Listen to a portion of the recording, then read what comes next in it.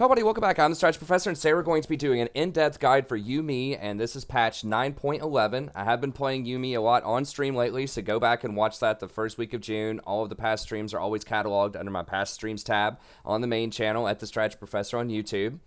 So if you want to watch some gameplay, it'll be there for you. I'll try to upload some more standalone Yuumi gameplay as well sometime soon, but I've been playing her a ton lately, and she's very strong, and I know I've got a lot of requests from people during the stream and in the comments section of YouTube asking for a guide, asking for tips and tricks, so that's what this video is going to be all about. So we're going to start off just going over Yuumi's abilities, just talking about not only what they do, but why they're strong, why they're unique, and how you can use them in different situations. Then we're going to be talking about her overall strengths and weaknesses in the meta right now. We'll be talking about recommended runes and items, and then I'll be going through and showing you some laning tricks, or just some laning, like how you should be laning with her, and some different tricks that some people may not think about with Yuumi that haven't played her a lot. So if you enjoy this guide, be sure to like and subscribe. It's free, it's easy, just helps out a ton with visibility on the channel. Just takes a couple of clicks. If you want to support the channel, there's a join button now that YouTube added in there. It's not just on YouTube Gaming, it's all around the place. So if you just want to donate $5 a month like a Twitch sub to help support the channel, you can do that. You're welcome to come out and play with us every Sunday if you're a supporting member. You can access the members portion of the Discord, although a lot of the Discord we have moved to a free model now. So if you want to show up, just hang out in the Discord, the Strategy Professor. We'd love to have you there, but you do get access to some other stuff on the Discord as well if you're a member. So anyways, check it out. And if there's a guide that you have in mind that you'd like to see, just email me at thestrategyprofessor@gmail.com. I'll do any guide that you like for $30. I do have a little bit of a backlog of guides, so just talk with me and I can give you a timeline on when I can release the guide for you, but I'm going to try to start cranking those out a bit faster over the next couple of days. Okay, let's go ahead and get in here. So first, let's talk about Yuumi's abilities here, how she works. I think there's a lot of misinformation out there about Yuumi in general. There was kind of a meme when she came out that she's this sort of like e-girl champ. I really don't like that term, but that's what people say for someone who's just kind of passive, that gets carried in game, and to a lesser extent something that's just really kind of cutesy and stuff like that. She is cute, is a cute character, but she's definitely not a passive champion if you're trying to actually win with her. And I think that's the big misunderstanding, is people think that you just sit there on your AD carry and it's a 1v2 lane, and therefore a lot of AD carries don't like having Yuumi on their team. If they sit there, it's kind of like, people think of it as sort of like Janna 2.0, where you're just going to, sit there and heal every now and then and not add any pressure, not do anything. But there are several things in her kit that allow her to be very aggressive, and I think that she's actually one of the best traders right now in lane, which sounds crazy because everyone thinks that that's her worst part. But she's actually quite strong against a lot of champions in the laning phase.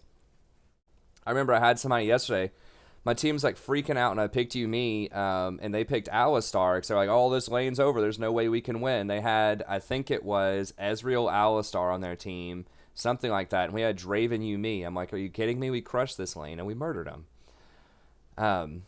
But yeah, so let's talk about what is this about her, what's sort of this misunderstood aspect of her kit, and how is she actually strong in the laning phase? Well, she is very squishy. Okay, so that's something that you got to understand right up front is, 432 health.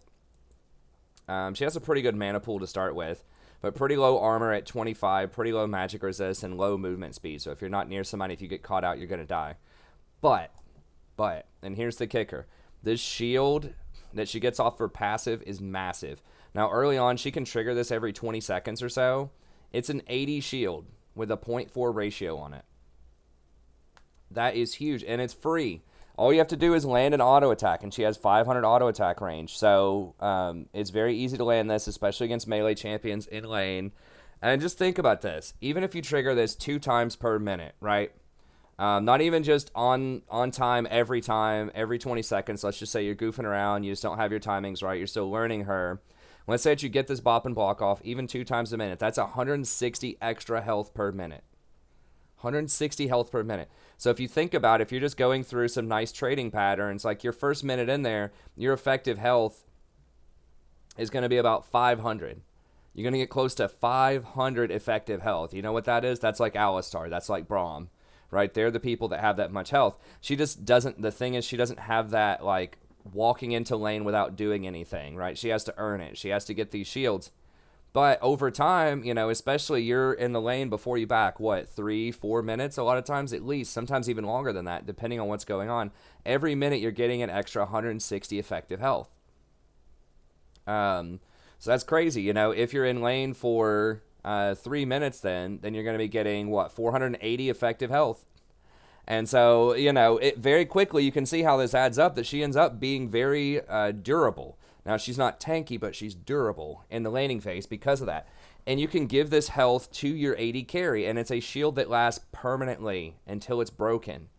So what you'll do is you just walk up and auto attack whenever this is off cooldown. You just auto attack and then immediately jump back to your AD carry. And it's free damage that you put out. And a lot of times they're going to get at least part of this shield. They're going to get 40 of this shield, 30 of this shield, whatever it is, and that helps them out a lot too. So none of the shield is ever wasted. Whether you're sitting there trying to trade yourself or whether you're giving it to your AD carry, it's always efficient. It never times out. It's not like a Janna shield or a Lulu shield. This thing is on there permanently. And if you ever hop back off, if your AD carry still has the shield, so let's say that you go up, you auto attack, you go back to your AD carry, you bring them back 50 of that shield, and then, another 19 seconds rolls around, you have the shield still on, you can walk up, you'll still have that shield whenever you pop off. So that in and of itself is really strong, but then she basically has infinite mana in the laning phase too, because she gets 40 mana back whenever she does this auto attack also. So that's 40 mana back, even if that happens, once again, twice per minute, even if you're not timing it perfectly, that's still 80 mana per minute. That's a lot. By comparison, you're going to be getting back, if you think like something like a Fairy Charm, oftentimes champions like Janna, like Sona are going to be getting 3 mana per 5 back on Fairy Charm. Well, 3 mana per 5 is 36 mana over a minute, right? Because you have 12 checks of 5 seconds where you would get it. You get 3 per, so 3 per 12, that's 36, right? So that's the equivalent. Even if you only trigger this twice per minute, not even perfect play, not even doing it 3 times per minute, that's still more than 2 free Fairy Charms that you come into lane with Yuumi. So that's why it feels like she just never runs out of mana. So she gets this crazy amount of health. If you think of this as basically its effective health, she's getting 80 health regen per minute too. If you think of like a Rejuve bead gives you 50% of your base health regen, her health regen is 7 per 5, right? This is another way to think of it. 7 per 5, so that checks 12 times. So that's 84 health per minute. Actually, no, it's, 84 health per minute is what she would normally get. And so you're getting 160 health if you trigger this twice.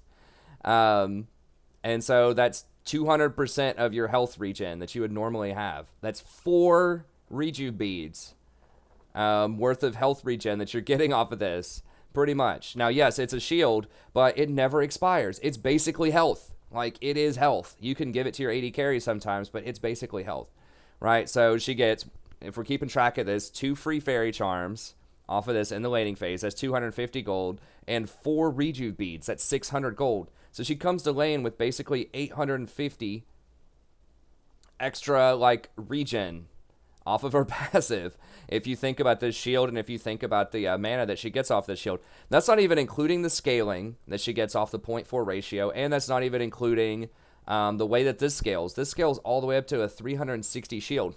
By the way, this shield is modified by plus healing and shielding. It's modified by AP. It's modified by Revitalize. It triggers Athenes.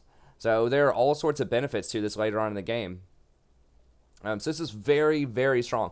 So this is what distinguishes a lot of good Yuumi players from not so good Yuumi players, is how often do they trigger this bop and block. And we'll talk about that with the tips and tricks. But basically, every time this is off cooldown, you need to be looking to jump off your AD carry and get in there and get that auto attack. And a lot of times, you just auto attack once and then W and get right back on your AD carry and start firing your Qs. But you have to hop off. You want to make sure, you have to watch your W timer, which we'll talk about here in a second. You need to make sure that you can get off and get back on, because if you jump off and try to go for this auto attack and you're not going to be able to jump back on for like 3 or 4 seconds, you're very vulnerable if they catch you out. So it's important that you watch that bar on your W and that you make sure you're going to be able to jump back on, because it does have a cooldown early on. But Yeah, super, super strong trading tool there in the laning phase. I mean, I've tried to go against enemy Yumis, even with something like Sona, even Nami, like very strong, like trading enchanters early on. You just can't keep up with her because, like, that's so much free sustain that we just talked about. It's like infinite mana and just tons of healing. And it's just like, I'm sitting there trying to trade with her as Sona, and I'm running out of mana, by level 3 or level 4, and she's sitting there on like 50% mana at that point. And then I just can't do anything anymore in the laning phase. Like, I just can't heal through all of the Qs that she throws, plus her bop and block. It's so oppressive in the laning phase. It really is. So let's talk about the Prowling Projectile here. So yes, you do need an active playstyle where you're hopping off at least every 20 seconds, landing an auto attack. That doesn't sound like super active, but there are so many Yumis that don't do that properly. So yeah, you want to be careful of that. And obviously when you're hopping off, you want to make sure that you have minions in front of you so that you're not going to be eating Alistar. Well, I guess Alistar can engage through the minions, but like Thresh hooks, Nautilus hooks, Pike hooks, all of that stuff, you want to make sure that you're not getting hit by those things whenever you're trying to go for that bop and block. Okay, so Prowling Projectile. Basically, if you're attached to an ally, then you can, like, move this around, curve it around the minion wave according to your cursor. So if I cast it right now, my cursor was right here, and these are, like, a huge minion wave, I could curve it around and have it come around this way and, like, hit the AD carry. So basically, this is an extremely high probability that you're going to hit somebody off of this most of the time. So it is a skill shot, but it's basically a homing missile. Like, when you get good with this, you're gonna hit at least 50% of these, if not closer to 70 or 80% if you get pretty good on them. Because there's very little the enemy can do to dodge this unless they're, like, standing actually in the minion wave, like literally in the minion wave, which you can jump off and get auto attacks on them if they do that. So can your AD carry. Or they run out of range, which is possible if your AD carry is playing really far behind the wave, but that's rare. Like, they have to be really far back, because the target range on this is 1150. So that's double auto attack range. So it can almost be like your AD carry is max range, their AD carry is max range, hitting the same minion wave, and you can still hit them most of the time. So, on a really mobile champ, excuse me, it has a low cooldown like a Vayne or something.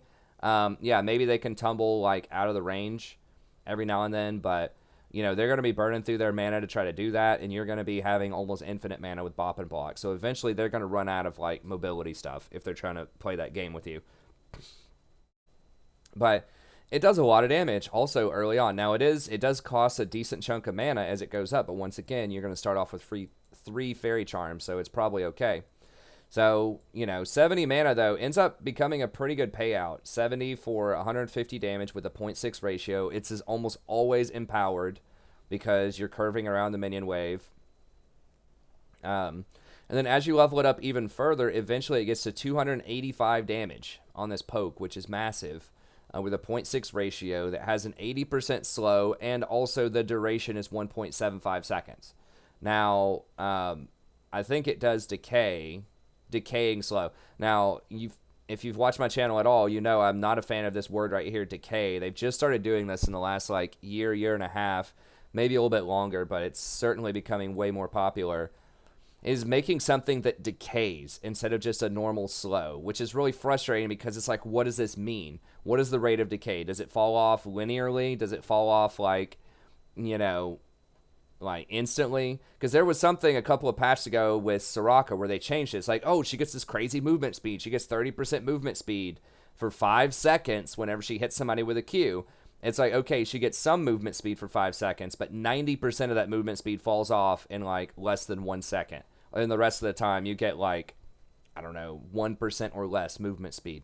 So this phrase can be very, very misleading. They just buffed Yuumi in this last patch as well, where they made her E. They said that the decay is more linear now, depending on her AP. So, but they didn't give us any actual numbers, so we don't know, what the heck that means. But anyways, it slows people. It's noticeable. It makes it very easy for your allies to run people down. It's a pretty good kiting tool. Later on when you get like a 40% CDR, this ends up being on like a 3 or 4 second cooldown. So, and they're going to be slowed for 2 seconds. So you're going to have them slowed like half the time if your AD carry is trying to kite. So you have lots of tools in your kit to help kite them. This can slow them down, or you can, run them down with it as well. It goes both ways. So this applies to slow, and then your E applies to speed up. So that's a very powerful combination. So this provides very solid trading in the laning phase. It also, this slow means that you're going to hit Comet. We'll talk about the runes here in a second. If you choose to take Comet, it's going to hit pretty much every time you land the Q. And this can very safely trigger a lot of stuff. They can't trade back with this. It's going to hit them pretty much automatically. You're going to be attached to your ally, so they can't hit you back whenever you're going for this. It's just super safe. Very respectable poke with 285. And don't forget, this also triggers Frostfang. It triggers Scorch. It's modified by things like Transcendence. And it can trigger Comet. And it's also modified by Cut Down if you choose to take that rune. So there's so many different things that modify this. It also applies Font of Life if you choose to go that build, so that you can your allies can get Ardent Sensor more reliably. So there's just so many different things with this that can be very useful. So it's a fantastic ability. It's super powerful. This is definitely what you want to level first all the time. Okay.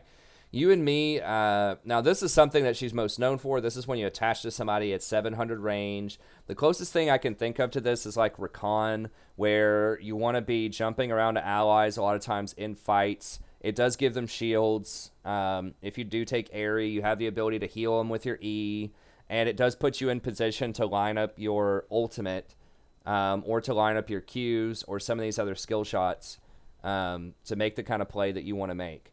So I think Recon is probably the closest thing to Yuumi, although she is very unique in a sense. But I have played a lot of Recon.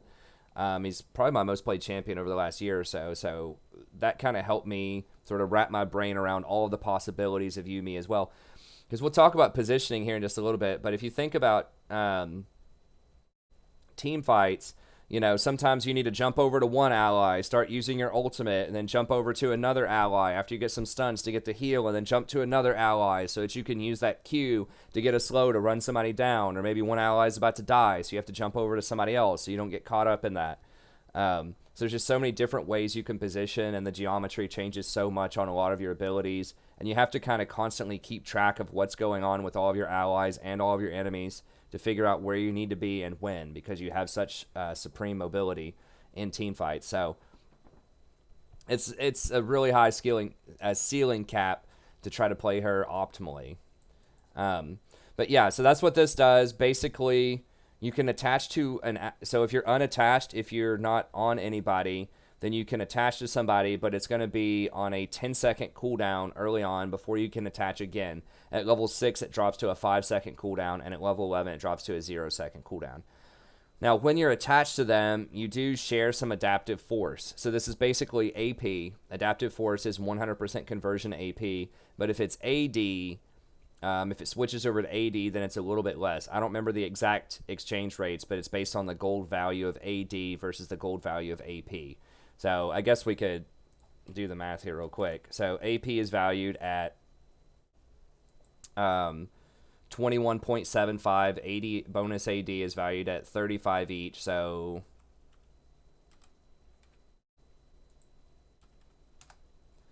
okay, so you're getting about 62% of whatever the value is. So if you have 100 adaptive force, then you're going to get about 62 bonus AD out of that. Rather than one, so you would get 100 AP or you would get 62 AD.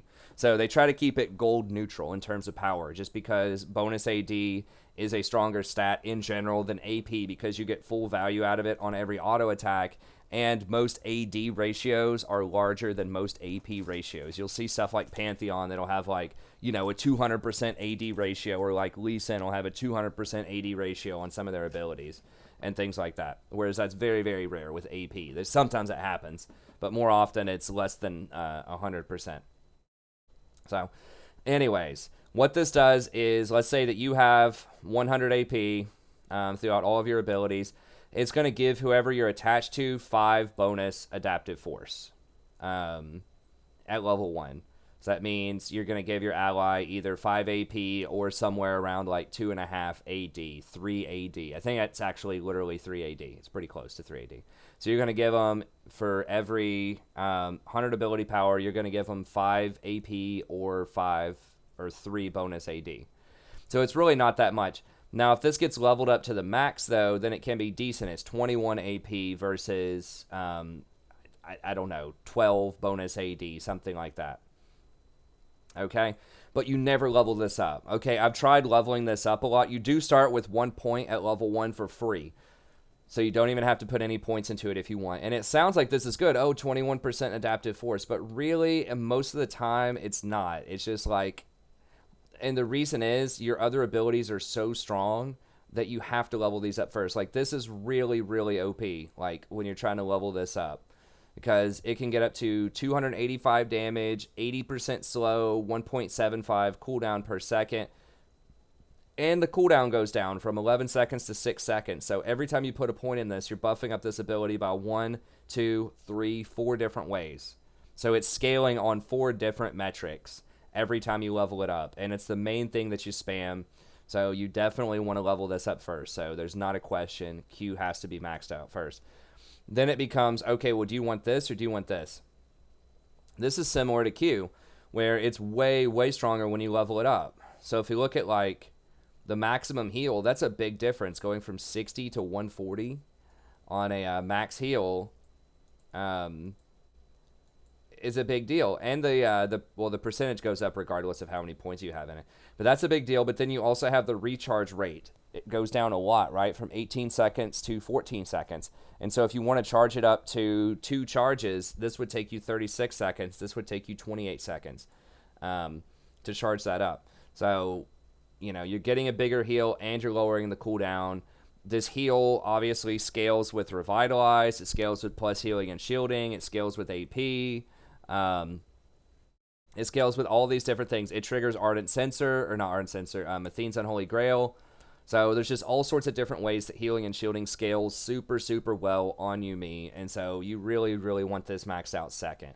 So that just leaves us with this. And, like, the only benefit that you get to leveling this up is 4 adaptive force. That's it. So basically you're sharing 4 AD, or 4 AP rather, or its equivalent in AD, for every, 100 ability power that you have. You're not going to get an insane amount of ability power on Yuumi. If you're, like, super fed, I've tried the builds where you, like, try to get a death cap on Yuumi and max out W. It's just not worth it. Like, yeah, you do get some value later on. If this is maxed out, yes, you're going to get, I don't know, 1,500, maybe 2,000 gold worth of stats, like, super late game. If you have, like, a death cap and a bunch of other AP items, and the AD carry is building, like, straight AD, and you're getting a lot of AP out of it, then it can potentially be pretty good. But it doesn't affect the cooldown at all. It just doesn't scale as well as some of the other things in your kit. And that's why virtually no top-end Yuumi player puts any points into this, aside from your first point. Unless, of course, obviously, if you're level 18, you're going to have points in it. But this is going to be the last thing that you level. And another thing, like, yes, you do get some adaptive force from your allies as well. But many of the builds out there on most champions are not going to be super heavy AD. There's going to be some, but, this gets no benefit out of Zeal items, right? Because it doesn't matter what their attack speed is. All that matters is their raw AD. So if they have 200 AD, then yeah, they're going to be giving you, if you have this, they're going to be giving you, something around, like, I don't know, 50 adaptive force or whatever, which would be worth about 1,000 gold and some change. So yes, if they, there are some champions like Jhin that's going to have a ton of bonus AD because all of his attack speed converts over to AD. So this could be worth, maybe getting an extra point or two if the Jhin's really fed. But by and large, you really, really don't want to be leveling this up. It's very good as is, and leveling up your other abilities is better. So it's very handy. The main thing to know here is this does have a cooldown, and you can't reattach until this cooldown is met. However, the cooldown does start ticking while you are attached. So when you reattach to somebody early on, if you wait 10 seconds, then you can jump off, bop and block, get that auto, and then reattach immediately. So I used to think before playing Yuumi that this didn't start until you hopped off of somebody, that it triggered it when you hopped off. But it actually triggers whenever you hop on, not off. So that's a big, big difference. That means you can jump off, do something else, and then jump back on immediately as long as you wait 10 seconds before you jump off and back on. Then you can do that. Okay. So that's the major thing to understand there. And 700 range is pretty good, but just be careful that you're still standing in range. Also, you can get knocked out of the air while you're in transit, and you can die while you're in transit. So be very careful about that. You are not completely safe while you're jumping. Thresh can flay you out of this while you're trying to jump. Pike can hook you. Nautilus can hook you. There's a lot of different champions that can hit you with stuff and stop you from moving where you want to move. So even in team fights, be careful. If you attach to the person who's going on that front line, if you're going to want to jump off and go back to somebody else. So if you jump onto that Sejuani, for example, and, you jump into the front line with her and you use your ult to channel, and then you try to, W back and get back to your AD carry to help them peel after that, the person who's diving you, if you get something like, Orianna ulted, like let's say that you're trying to jump out, and the Orianna ult triggers at that moment, it will pull you back and you will probably die. So just be careful if you're in the middle of a huge AoE team fight that it's going to be safe for you to make that jump, because you are not invulnerable. Even if you're going from attached to one person to attached to another person, you are vulnerable while you're making that move. You might even just die from damage, depending on the situation, even if you don't get CC'd, because you can still take damage while you're in transit too. So for example, if like a Ziggs bomb is coming in and you try to jump, no, sit down. The cat's trying to climb on the computer, stop. You can actually die from that. So if you try to jump out while a Ziggs ult is right about to land and you get hit with that AoE, you can definitely die. Or like if you get hit by like a Kennen ult or a Mumu ult or whatever. So just be very, very careful when you're jumping around, because that's something that was not obvious to me until I played a lot of Yuumi, that you can die, you can get CC'd while you're moving around. Stuff like Ignite will still tick on you. Stuff like, Malzahar's Malefic Visions will still tick on you while you are, even once you get attached to somebody.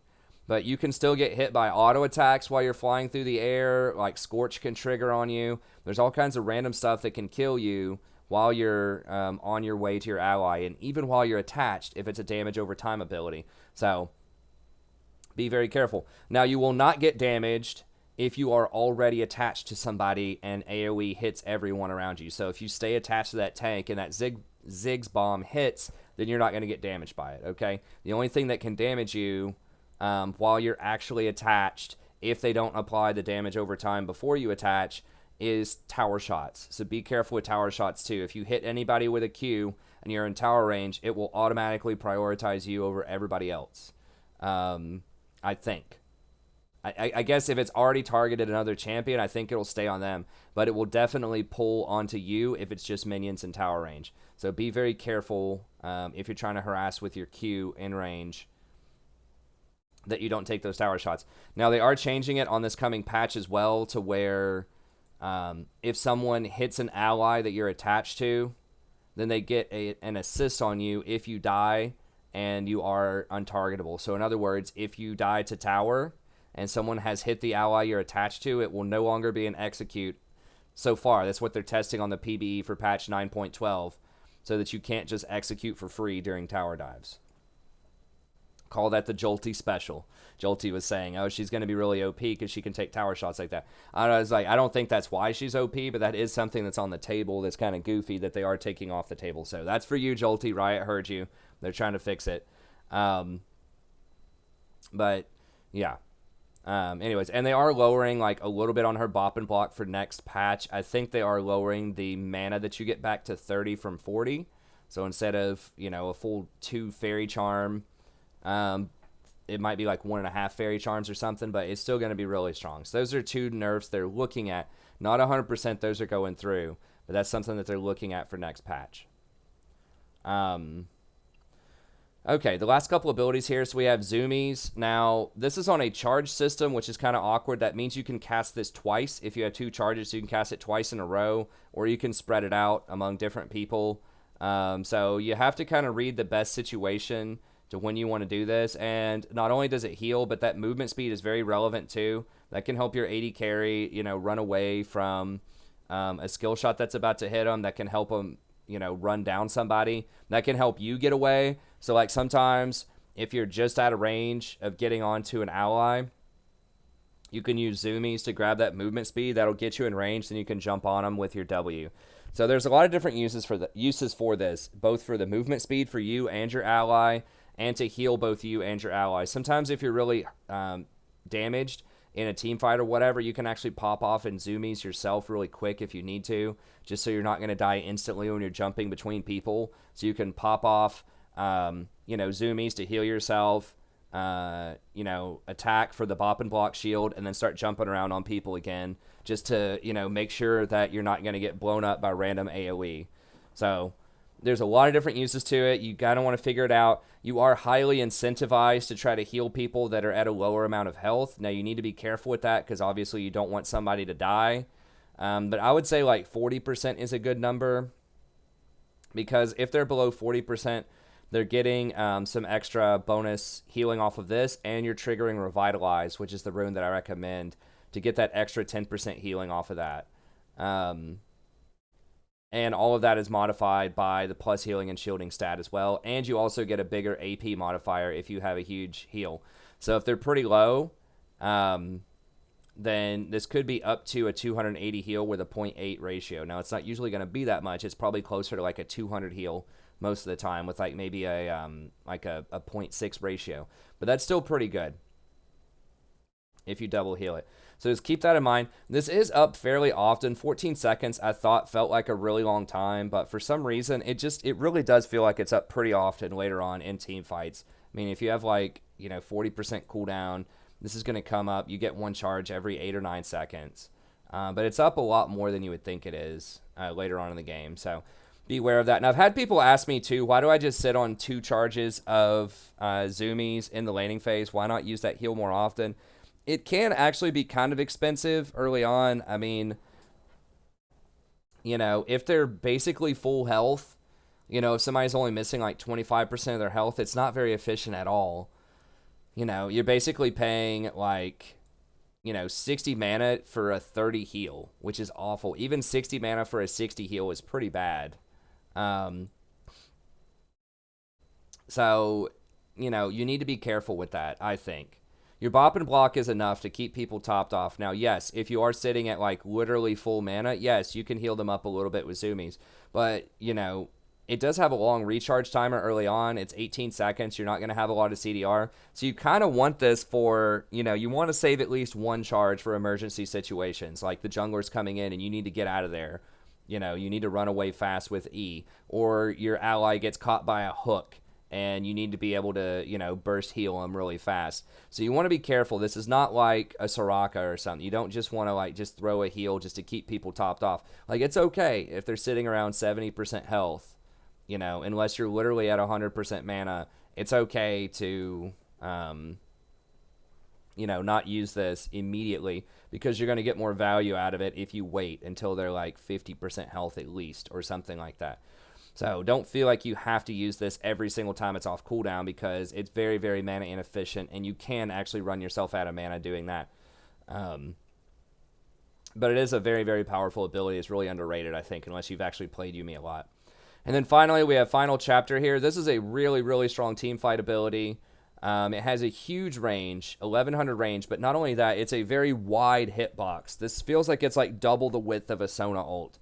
It's extremely wide. It's very easy to hit numerous targets in team fights. Usually you can get 2, 3, sometimes even everybody if they're all clumped up.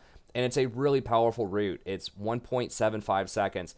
So yes, they can dodge out of it for a little bit, but you can also move to make sure that it's going to hit them. So you can pop off of somebody with your W and move around while this is going on.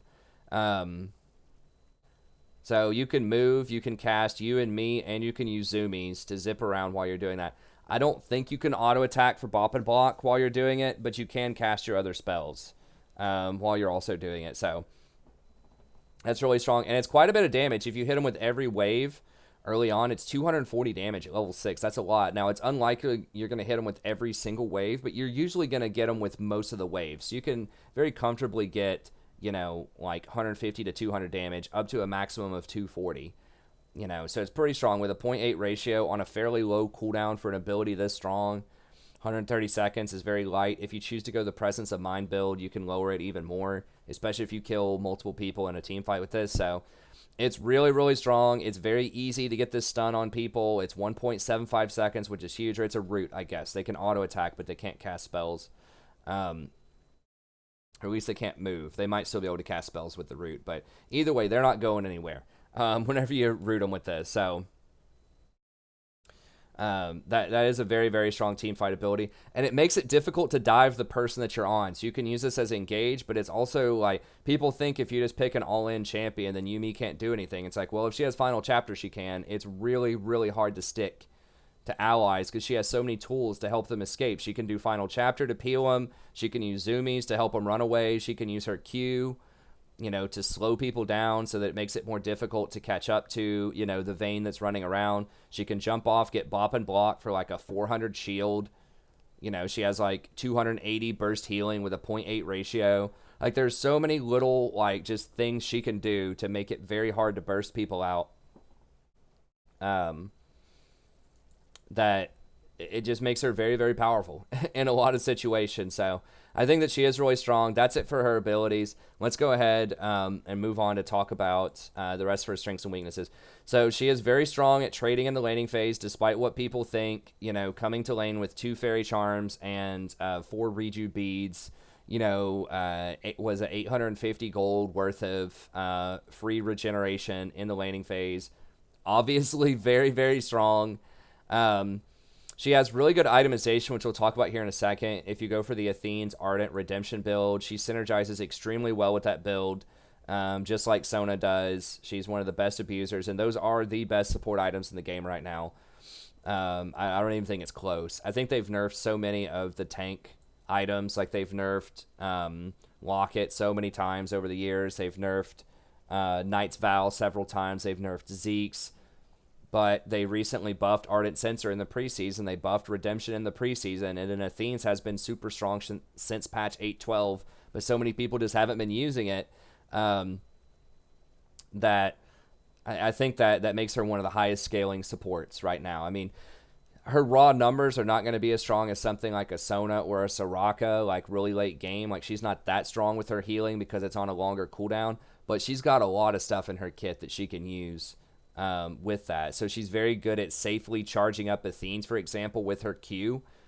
It does that 285 base damage with the 0.6 ratio. So basically every time you hit a Q, that's going to be charging up half of your Athene's. So it's very safe. It's very easy to charge that up and have that ready for a fight. So we'll talk about the items here in a second, but she has great itemization, great scaling that we just mentioned before, very versatile play style. If your AD carry is not doing so hot, you can move around with somebody else. You can move around with an assassin jungler. You can play around your mid laner. Like her kit is really good for everybody. So you're not just tied to the AD carry because it adds the extra mobility, slows, and CC, and a lot of burst healing. I mean, any champion can benefit from that. So yes, it's nice if your AD carry is doing well because you are really good with Ardent Censer. But it's okay if you have to play around that Kayn that's 5-0, if you have to play around whatever the Talon that's 4-0 mid lane and your AD carries 0-6, you can do that as Yuumi. You have the option to do that. And that makes her very similar to Rakan, right? And that's a lot of what I say about Rakan. It's like, okay, he has really good CC, really good engage. He's very mobile. He has really nice burst shielding. If you double shield somebody, it ends up being like 100... Maybe it's not... I'm trying to remember the base shield on it. It's a lot. I know it's a 1.6 ratio on Rakan's shield. So it's very similar to Rakan in that sense. It's like, yes, you don't have the R plus W combo to engage like you would with Rakan, but Yuumi's R is pretty damn close. Like, Rakan has a delay now on that where you have to wait a half second anyways, whereas Yuumi can just start throwing out that ult, and it's way longer range with a way bigger hitbox as well. So Yuumi can actually start fights pretty well, especially if you have a frontliner that can get her really close to other people. So, yeah, I think that that's really strong about her. And she has great mobility. So you can jump around to different allies in fights like I talked about, before. You can get close to the enemy. You can get away with them. You can help kite. Like, there's so many different things you can do that means that she's always going to be relevant. She's always going to be strong, regardless of what your team's doing. Yes, there are going to be some cases where the score is like 3-20 and you just lose. But that's going to happen with any support. But I think more so than most other supports right now, she is very versatile, and she can adapt to a bunch of different game states. Okay, but her weaknesses, she's very squishy. If you get caught out, you're dead. Basically, you have very few defensive tools. You can heal yourself with zoomies. You can jump to other people. Sometimes it's helpful if you're out of range just to spam ping. Like if you're running towards somebody, like just spam ping a lot, like the help, on my way, help, help, help. And, a lot of times people will walk over so that you can jump to them. So that's very similar to Recon also, where you're just, if you get in a tough situation, you're just praying that your ally has a brain and they actually walk close enough for you to jump. I think it's the exact same jump range as Recon too. So if you played Recon, once again, it'll feel similar. It's like 700 jump range. Just outside of a lot of 80 carries auto attack ranges. But she's very difficult to master. So there's so many different choices. Who are you going to heal in this team fight? Who are you going to target with this Q? When are you going to ult? What are you going to prioritize? When is it safe to jump off and get that bop and block shield and jump back on? When are you going to use both of your summoners? Because you're going to have 2 different combat summoners in most fights. So it's a lot of stuff to master, and that can be really hard. And I think that's why she has the 46% win rate, not because she's bad, but because she's very difficult to play. It's kind of like, it's not as technical or hard as something like Ryze or Akali, but as far as like supports go, it's pretty close. I think that some of the only supports that might be in the same realm as hers, like difficulty to play, are like Thresh and Rakan, are both challenging in their own ways to play, but she is very, very difficult to play correctly, or optimally, I should say. There's always better stuff you could be doing with her because there are just so many different options. And so I think that's why she has a lower win rate. I think that the possibility is there to be very strong, but people just aren't good with her. And there's a lot of misinformation as well out there about what you should be doing, even what you should be building item-wise and what you should be getting rune-wise, which I'll talk about here in just a second. But she is vulnerable to CC. We talked about that before. You are not safe even while in transit. Like the only time when you are relatively safe is when you are actually sitting on the person. You're relatively safe. But in transit, I've died so many times to auto attacks, just random AoE, just all kinds of crap. Especially when I was first trying to learn Yuumi, I was dying quite a bit because I was really like overestimating rather just how safe that is. It's not as safe as people think it is while you're moving around. So just be very careful with that. And you're somewhat reliant on your allies for positioning. Now, I think this is overstated. People say, oh, she's so reliant on her team, you can't do anything if your team sucks. It's like, well, if your team sucks, you're probably going to lose anyways, regardless. Like, that's the same as, like, a lot of these hard engage, hard carry champs that people think you have to play, right? Everyone's like, oh, you got to play Pyke, you got to play Thresh to hard carry. It's like, well, how many times have you thrown out a Thresh lantern and nobody clicks on it and they die? Or how many times have you gone in as Leona or Nautilus and your team sits there and watches you and you die? So, just support by its very nature, and really anything in League of Legends, like, it's a team game. It's 5v5. You're going to lose sometimes if your team's not very good, right? But the fact that she's so versatile really counters this, right? So it's like, yes, you are kind of reliant on your teammates, but you're so mobile, you can play around different people. Your AD carry keeps dying immediately in every fight. You can jump onto someone else and play around them.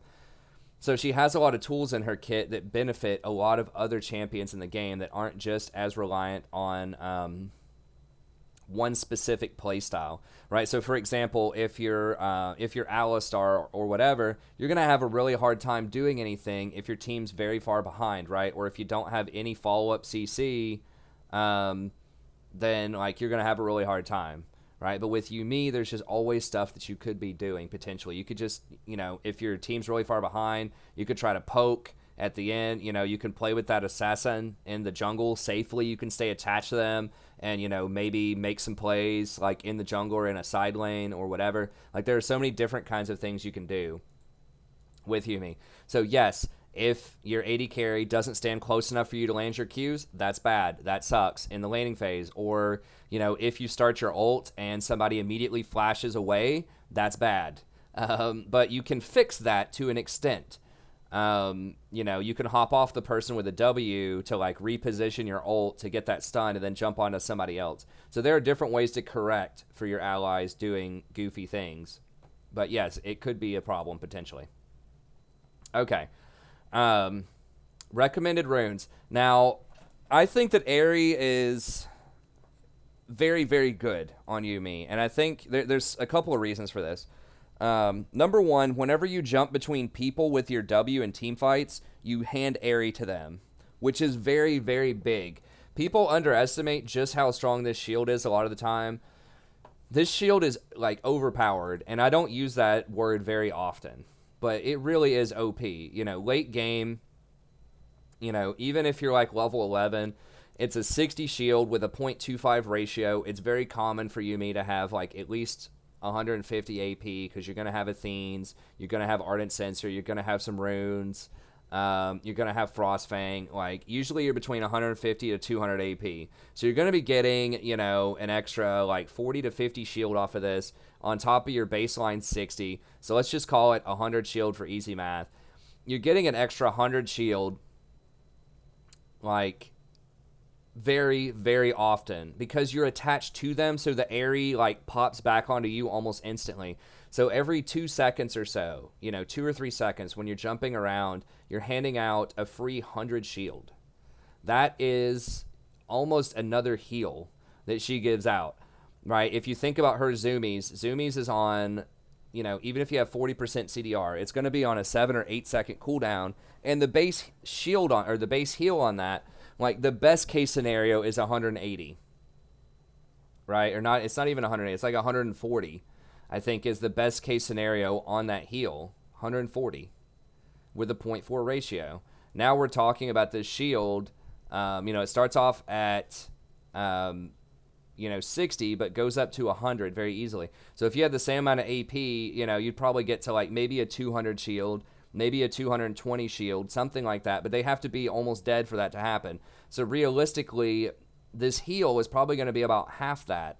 It's also going to be about 100 or so heal. So you're getting anywhere from an extra 50% to 100% effectiveness of a Zoomy off of your Aerie that doesn't cost any mana, that's on basically a 2 or 3 second cooldown that you can spam over and over again in team fights. So that adds up. That is very important. And don't forget that Aerie scales off of Revitalize. It scales off of plus healing and shielding.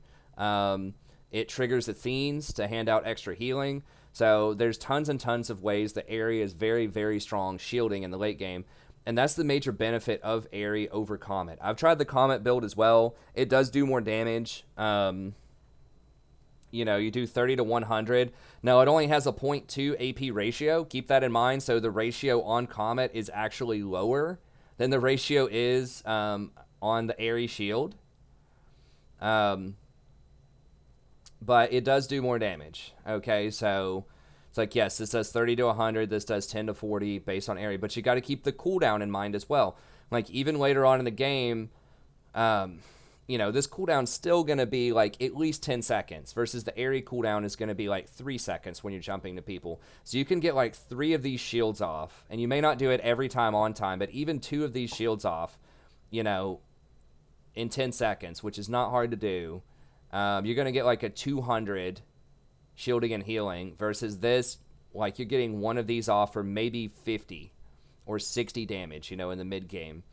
Hell, even if you give it the full 100, which is not going to happen because you're not going to be level 18 when you cast this, but let's say you have a lot of AP, whatever, it's close enough, you're still getting double benefit out of Aerie. Like, it's healing twice as much as the damage that you're doing off of Comet, even with conservative numbers. And keep in mind, this all scales, like, really hard off of plus healing and shielding, Revitalize, Athenes, all of that crap. This doesn't scale off of anything that you're getting other than just AP. And you're not going to have an insane amount of AP with her. Once again, you'll have like 150 or 200, but you're not going to be like a mid laner, that's going to have like 500 AP trying to trigger Comet. So this is good, but, Comet is mostly just for the laning phase. Like, it does extra damage in the laning phase. That can be helpful, but Aerie has way, way better healing and shielding later on.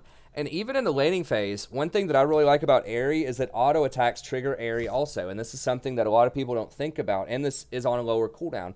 But like your trading patterns, oftentimes, as you mean in the laning phase, you're going to be using your Q to hit somebody, right? Every time that's off cooldown. So you're going to be able to hit people, by the time this is off cooldown, you're going to be able to hit people with your Qs probably twice. Once you get a couple of points in it, you get a little bit of CDR, you can probably hit them twice with the Qs versus Comet. So Comet is a 20-second cooldown. It's close. You get one or two. But the thing is, auto attacks also trigger Airy. So whenever you hop off to do your bop and block, that will also trigger Airy once. So I would say, and you're going to be bop and blocking at least once every 20 seconds. So you're going to get one, maybe two Qs off and a bop and block auto attack. So that's 3 triggers of Airy potentially in every 20 seconds, right? So if you get 3 triggers of this, that does, even in the early game, it's going to do 30 damage plus an additional 30% AP ratio for every Comet that you're going to land. So what does Comet do? Look at that, 30 damage with a 0.2 AP ratio. So Airy actually puts out very, very similar damage in the laning phase just because of how Yuumi trades, because auto attacks don't trigger Comet, right? And you're only going to be able to trigger this Comet once every 20 seconds because you don't have a lot of single target spells or multi-target AoE effects that are going to lower this cooldown. You're not Zyra. Your plants aren't going to lower the cooldown. You're not Cassiopeia, or Malzahar. Like, your dots aren't going to lower the cooldown on this, right? It's literally just every time you hit your Q is going to lower the cooldown a little bit. So even if you're only triggering this twice, it's still very, very close, right? It's 20 damage versus 30 damage, and they both would have a 0.2 ratio. So you're losing out on maybe 10 damage every time, this is off cooldown, which does add up. But in exchange for that, you're getting massive scaling with the shielding later on. And like I said, even in a reasonable scenario, you could do the same damage because you're going to trigger this up to 3 times every 20 seconds. So I think that is really nice. And, this can trigger even when you hop back onto your ally, too. Like, if you jump off and do a bop and block, it's going to hit them, so it's not going to be on them immediately. But that is a possibility. Sometimes, your ally gets engaged on and you're attached to them, you can jump off and then jump back on really quickly, even if bop and block is on cooldown, just to give them that very quick shield. And I've actually saved people by doing that. So I just think that Airy is a lot more versatile. It scales better. You are potentially giving up a little bit of damage off a Comet. Now, Comet can miss, too. It's unlikely to miss because of the slow on Q, but it could miss sometimes, depending on, how fast they're moving and whether or not they have some kind of mobility spell. Comet could potentially miss, although it's rare on Yuumi. So I like Airy a lot more. There is an argument for Comet if you are going for, super heavy early game poke, but you are giving up a lot of your later game scaling. So this is going to be more popular in Challenger and Pro Play because games end a lot faster and people don't get as many items to scale with Airy. But I still think that Airy is really, really strong. Mana Flow Band, pretty much you take this. There's no other option there. I guess Nullifying Orb maybe, but it shouldn't matter that much. The mana is very, very nice on Yuumi though, so I would just go for that. You don't need Nimbus Cloak. I mean, that can help you reposition a bit faster while you're ulting, I suppose. But you don't need it. So I just do Mana Flow there. I don't think that's much of a choice. Here is a decent choice between Transcendence and Absolute Focus. Different people would take different things in different scenarios. I personally like Absolute Focus a lot because you are going to be attached. The extra ability power is really nice. It does give you extra poke early on. And you do share some of that with your W, but once again, you're not leveling up your W, so it's negligible, really. I mean, even if you get the 30 AP later, you're going to be giving your ally 2 AP or something off of this, so it doesn't matter that much. So it does give you some extra poke early on. That is really handy. You can go Transcendence as well. This will give you that nice little burst of extra CDR. Usually when you get to level 10, you're going to have about 30% CDR anyways. You'll have Frostfang, and then you'll have, your Athenes, plus maybe your Forbidden Idol working towards Ardent Censer, and then you'll get this Transcendence, depending on, how the game's going. I think that'd be pretty standard. So it can put you at 40% CDR pretty easily. And if you do want to go with Ionian Boots, which is pretty popular on a lot of top-end Yuumi players, you do get nice value out of that later on. So I get asked all the time, is Transcendence worth it? Is that conversion worth it? Yes, 100% it's worth it at level 10 because you're trading 10% CDR, which is about 260 gold worth of value for 20 AP, which is about 420 gold worth of value. So you're getting, like an extra 60 or 70% value out of your CDR late game. This is going to free you up also to buy even more CDR items late game if you want to, even if you don't go for the boots. So if you're really rich and you're buying things, later in the game, you have your Redemption, Ardent Sensor, Athenes, Mikhail's, Twin Shadows, Shirelia's. All of these are going to have 10% CDR on it. So you can comfortably do that without wasting gold, without wasting stats. So Transcendence can be good. Like I said, a lot of times I go for Absolute Focus just for more trading early on. It's pretty good. I mean, I guess level 5, 10 extra AP that's significant. 10 AP is like 220 gold value at level 5. So I still think that's good. It should be fairly easy to stay over 70% with the shielding that you have, and you can heal yourself with zoomies if you need to. So I personally like Absolute Focus, but there definitely are some top-end people that also get Transcendence. That's kind of like a split, like about 50-50 from what I've seen in my research. And then finally, we have Scorch versus Gathering Storm. I would almost always take Scorch because it's so easy for you to trigger this every 10 seconds. You just hit one Q and it's triggered. Your Q should have a very high hit rate. And this adds up. I've had people say, oh, well, it's not that much damage early on. Yeah, it is. If you've ever tried Scorch and then not Scorch in the laning phase, it's a big deal. Even if you're only triggering this, 5 times a minute, right? Let's say you don't do it exactly on time every 10 seconds, but you get, 5 per minute. That's 75 damage, even at level 1. And as you level up, it's probably going to be closer to like 90 damage every minute in the laning phase, and that adds up. If 3 minutes in there, 90 damage, that's 270 health that you're knocking off there. So, yeah, they're going to resist some of that with magic resistance, but still, 270 HP is a lot. That's a lot of damage. Now, yeah, at the very end of the game, is it going to put out some eye-popping numbers? Probably not. You'll probably do 300 or 400 damage off of Scorch. It's going to be nowhere near what something like Comet would put out. But it's pretty good. It's pretty good, especially for the laning phase and just how reliably you can trigger this.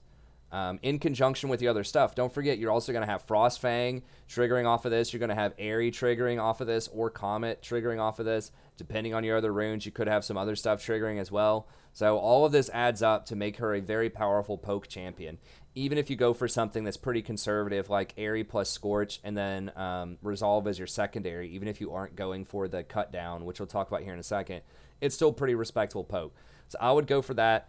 Gathering Storm is tempting because you do share some of your AP with your ally, and you might think, oh my god, I can get all this AP with this, and then I'll give that over to my AD carry, and it'll be awesome. It's like, yeah, but remember, you're not leveling up your W. You're only transferring 5%.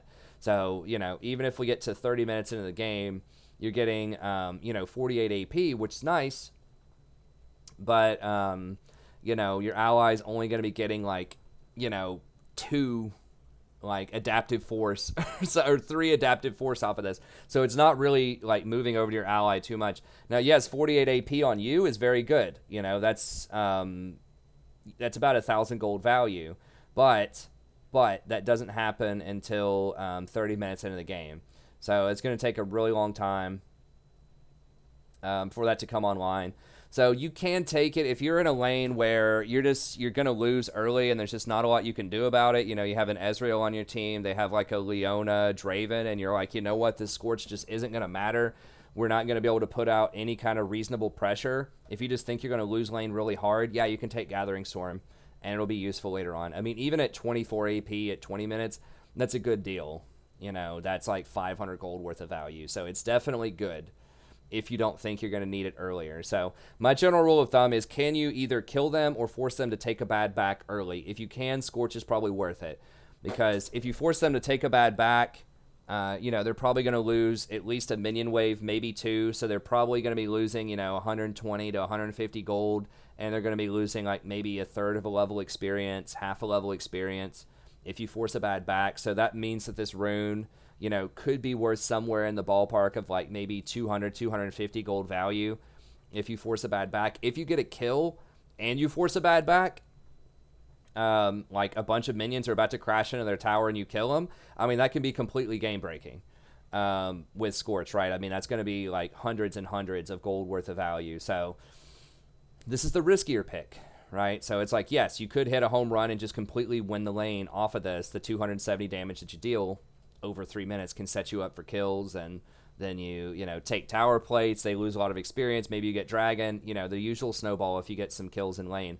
But Gathering Storm, at 20 minutes is going to be that guaranteed 500 gold value. So you just have to measure it up. It's basically, are you going to be able to kill him, or are you going to at least be able to force a bad back with Scorch? If not, then go for Gathering Storm. But if you can, then Scorch is going to be it. So if you're good on her, if you're proficient, if the lane's about even, I'd probably err on the side of Scorch. But, you could do Gathering Storm in other circumstances. So other option, or like your secondaries, Comet is the other option I mentioned before if you want to go really hard in the poke, but I still think that Ares is a lot better. Couple other options that people have been playing around with. You can go Font of Life and Revitalize. These are personally my favorite after playing a lot of Yuumi over the last week or so, ever since her buffs. I really like this combination. First of all, Font of Life is very easy for you to trigger with both your Q and your ultimate. And so that's going to allow everyone on your team to get that Ardent Sensor buff, like, really efficiently. You can hand it out to different people by jumping on them and giving them Airy in team fights, but once again, it's kind of dangerous to jump a lot like that. You want to minimize your jumping unless you really have to, because you're always running the risk of getting CC'd or taking a lot of random damage from AoE.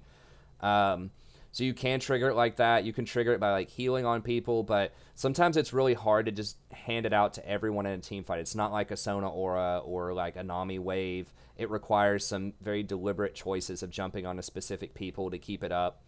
So I think Font of Life is just really nice, just for allowing you to comfortably get that Ardent Sensor buff on everybody on your team.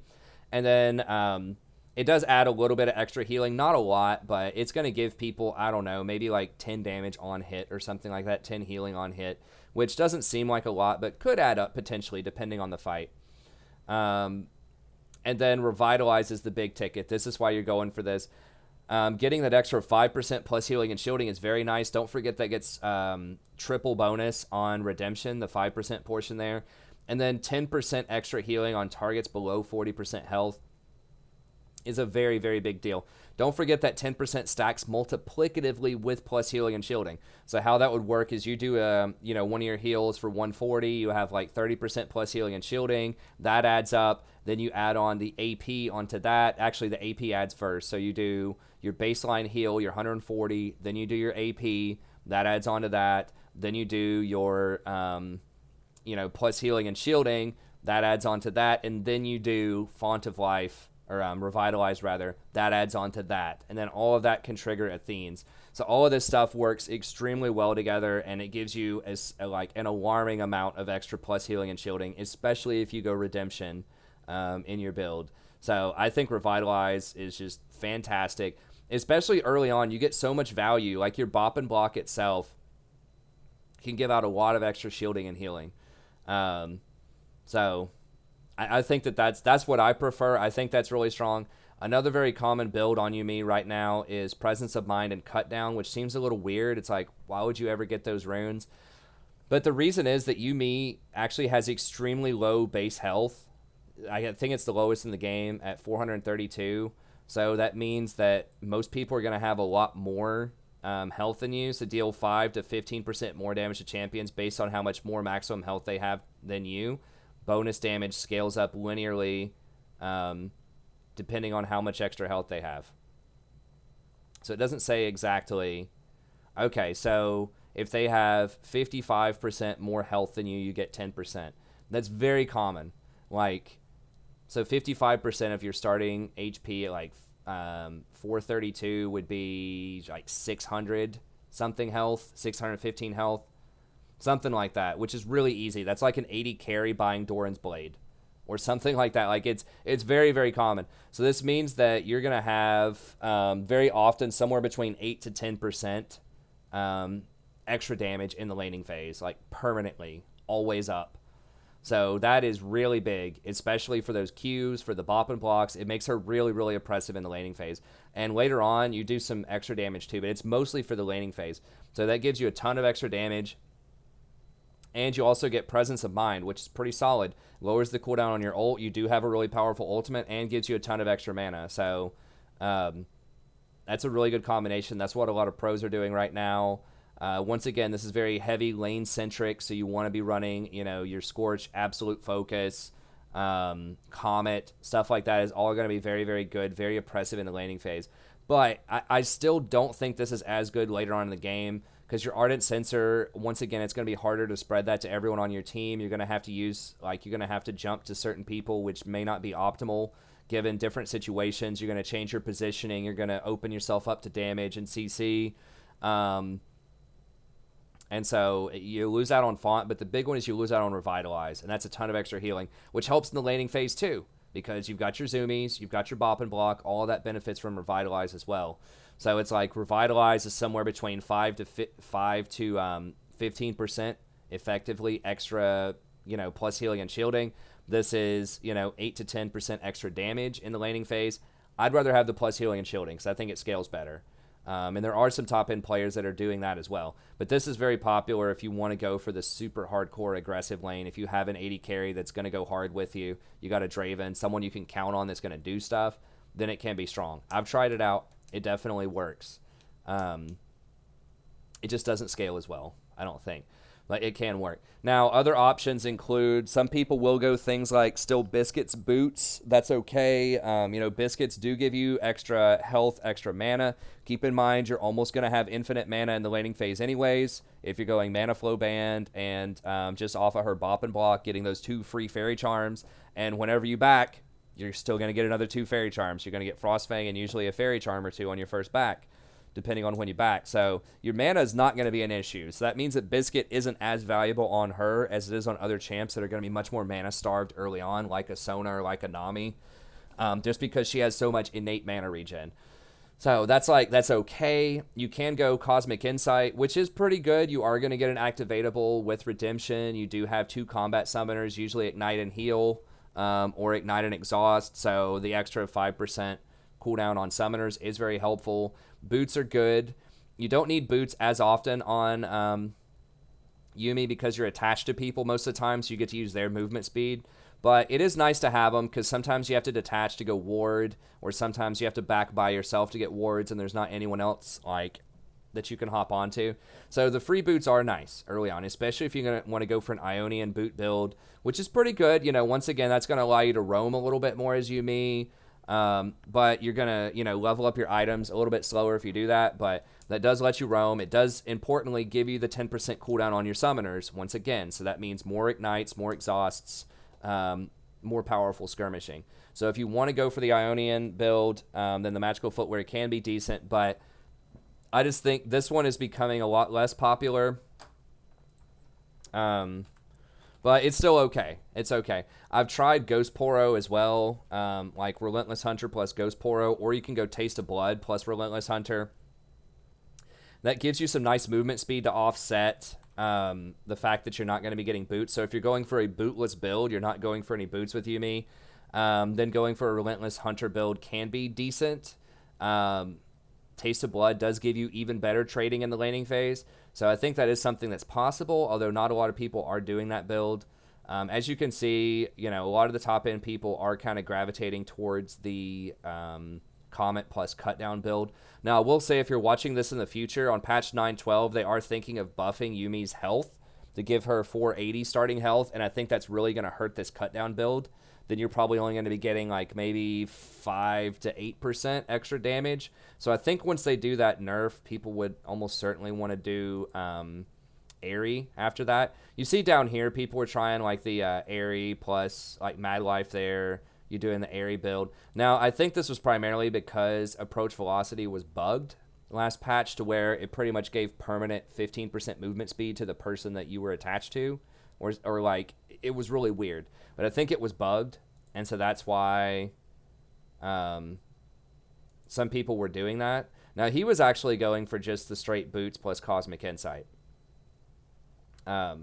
But yeah, as you can see, a lot of people tend to favor the Comet plus cut down, although once again, there are some differences there depending on the situation. But I think that the Airy Font of Life Revitalize is the best, but if you want to do what's working right now, the cut down plus Presence of Mind, just be sure to check in and sort of see if that's what people are still doing if you're watching this in patch 9.12 or later, because they are nerfing it by giving her more health. It seems like that's a buff, and it is to some extent, but it's nerfing that specific cut down build.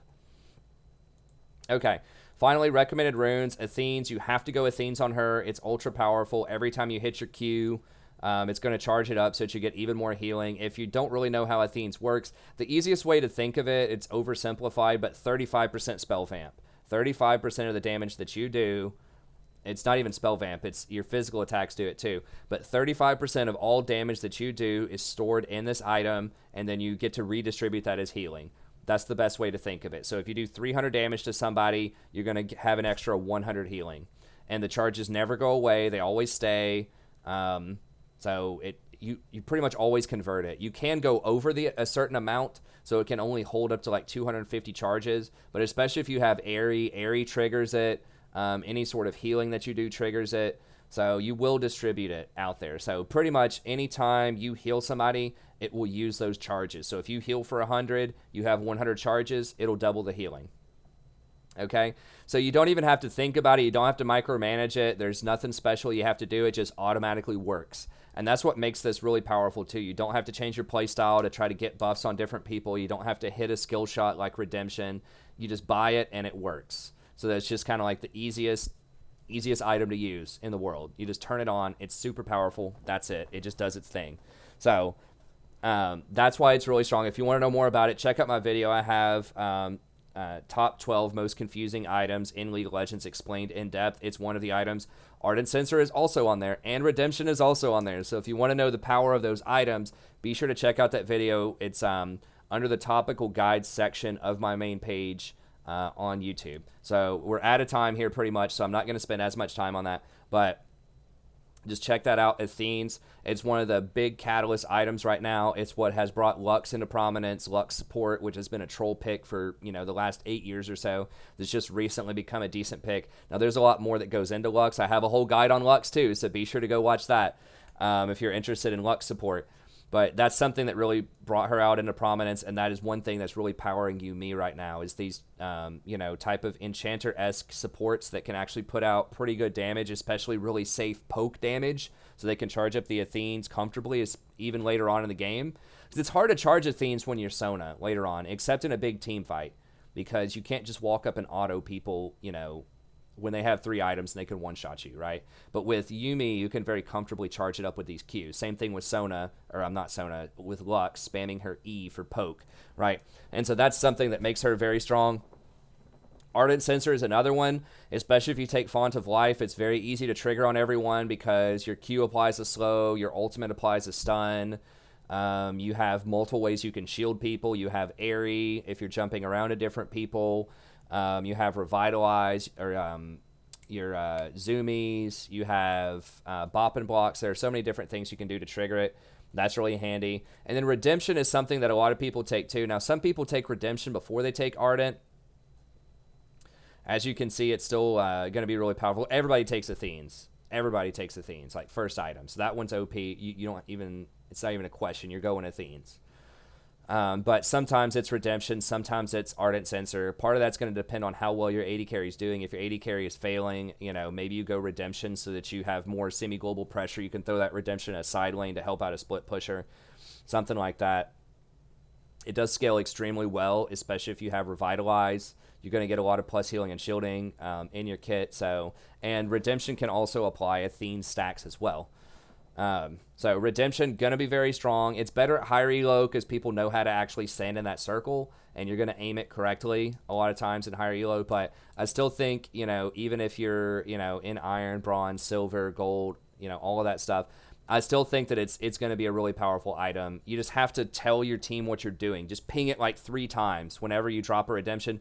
Ping it 3 times and make sure you're leading it. If somebody's running away, don't drop it straight on them, right? Drop it a little bit like where they're going to run, where they're going to be in 2.5 seconds. So just keep that in mind as well. But Redemption takes a little bit more skill to use correctly, but can be very game breaking. Ardent Sensor, it just works. Just like Athene's, you just turn it on. There's a little bit more thinking to it, right? If you're jumping around to different people to hand out the buff, but it just pretty much works most of the time, especially if you have the Font of Life build. You're going to get it on everyone in a fight. It's fine. So these two items are very easy to use. They're very powerful and effective. Redemption takes a little bit more practice, but can be very good. So those three items are what you should get most of the time. If you're super fed, you can do Mage Eyes. I don't like it, but if you're really far ahead, you can get it. It's very, very risky. There's a really high probability that you're going to die at some point and lose a lot of your stacks, and it's going to be a feels bad. And that can encourage you to play too passively so you don't lose those stacks as well. Whereas you should be more active. You should try to jump off to get those bop and blocks safely. But she is one of the better Mage Eyes users because she can be very safe if your team is not trolling, which is a big if a lot of times. But yeah, that can be good.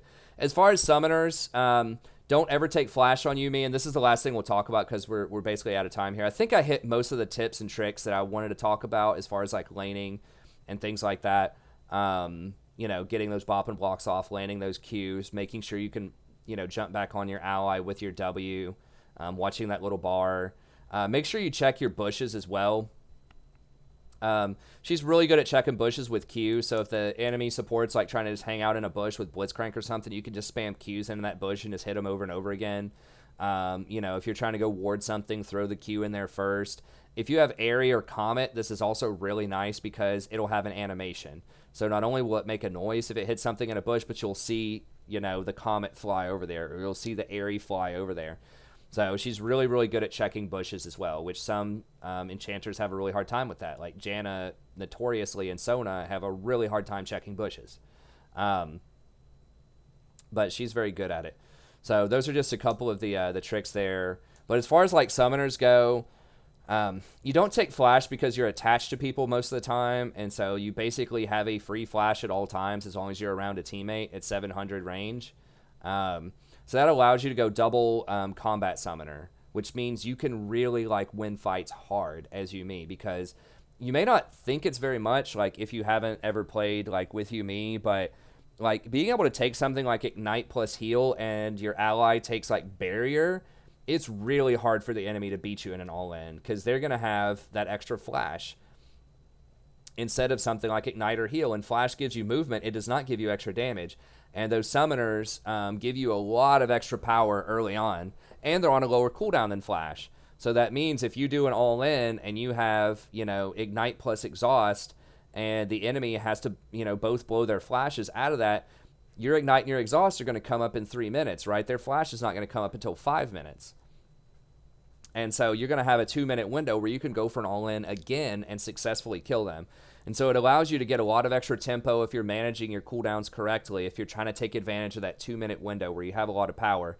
So it's really good. It also allows your AD carry, if they want to take teleport. So that doesn't give you the combat summoner advantage, but it does give you macro advantage. So if you end up taking Ignite plus heal and your AD carry takes teleport, that means they're going to be able to back early, get a really good timing on their buy. This is good, especially with someone like Ezreal or Kai'Sa, who's going to have a weaker build, who's going to either have a tier or like an early pickaxe or just something that's not that great. Early on, get some extra tempo in the lane to make up for that, right? And you can take their teleport. Right? If you're attached to somebody with your W and they teleport, then you take the teleport with them. The same is true if you attach to like a Tom Kench that's using his ult, or a TF that's using his ult, or a Ryze, or does anyone that's using movement, you can attach to them and you get to move with them. You can attach when they're backing. So there's a lot of little tricks you can do with that. But yeah, I highly recommend taking the double combat.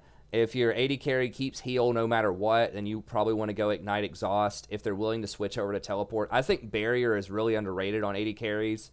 You don't want to do Barrier on yourself because you should be safe attached to them, but they can do Barrier, and you can still use Heal, and that'll heal them and heal you.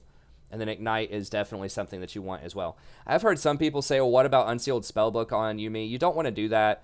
She's so strong with Comet. She's so strong with Airy.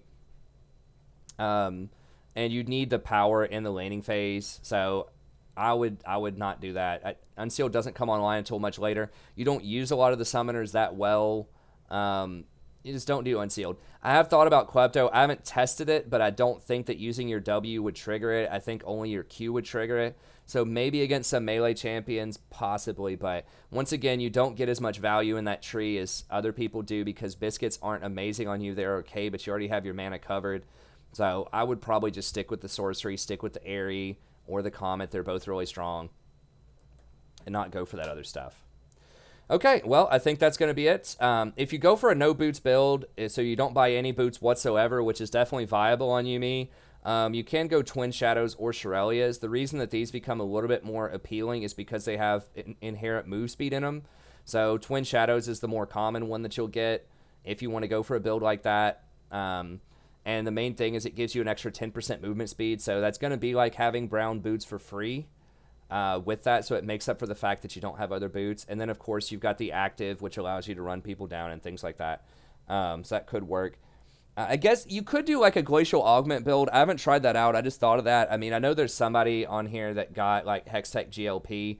As you can see, pretty much nobody gets that item on her, that rune. That doesn't mean that it's not good. There could be other people, like maybe people just haven't discovered it yet. My instinct is that it's probably not that great because you don't have mana problems early, and I don't think you need a GLP because you're paying like 800 gold for mana with that item. But, maybe a GLP Twin Shadows build. I just feel like Athenes and Arden are just so OP on her, you have to take them. But, maybe a GLP build. I haven't personally tried it, but... anyways, Twin Shadow. Shirelia is another one that can help your team catch up. I believe you have to detach to use Shirelias and then reattach while they're moving. But that could work as well. But neither one of those, I don't think either of those is as good as Athene's Ardent Censer or Redemption in like 90% of cases. But, maybe sometimes you might want to try something like that. But anyways, that's going to be it for this video. Thank you very much. Hope you enjoyed it. Sorry it's a bit on the longer side, but Yuumi is a very confusing champ. As you can see, there's not even a consensus among pros. There's starting to be one where everyone now is going Comet plus Cut Down, but I still think that Ares in the conversation. I still think that Revitalize is in the conversation, especially after the nerfs coming in on patch 8.12 to Cut Down for her by giving her more HP, effectively nerfing Cut Down. So stay tuned. I think the items are pretty much set. The runes are kind of in flux. But yeah, that's going to be it. Be sure to check out the stream if you want to see some Yuumi action. I have been playing her a lot lately. If I do switch off of Yuumi in the future, but you still want to see some more action, don't forget you can always go back and watch the streams. I have them cataloged. They stay on the channel forever. I do put timestamps on them as well. So just come back to early June. I'll have it timestamped, and you can watch some Yuumi footage there if you want. Or I will try to update some standalone Yuumi games as well. And I'll put them in a playlist for you. So stay tuned for that if you're watching in the future. I'll probably have a Yuumi playlist. If you have any questions, let me know in the comments. If you have a specific guide you'd like to see, don't forget you can email me at thestrategyprofessor@gmail.com. We can set that up. I'll do it for $30. I think it's very reasonable. Takes me usually at least an hour to research these things, write them up, and then usually the videos themselves are about an hour long. So I think that's pretty reasonable for the amount of effort that I put into it. Realistically, a lot of times it ends up taking me like 3 hours instead of 2 hours. I'll just look around at all these builds that are exciting. But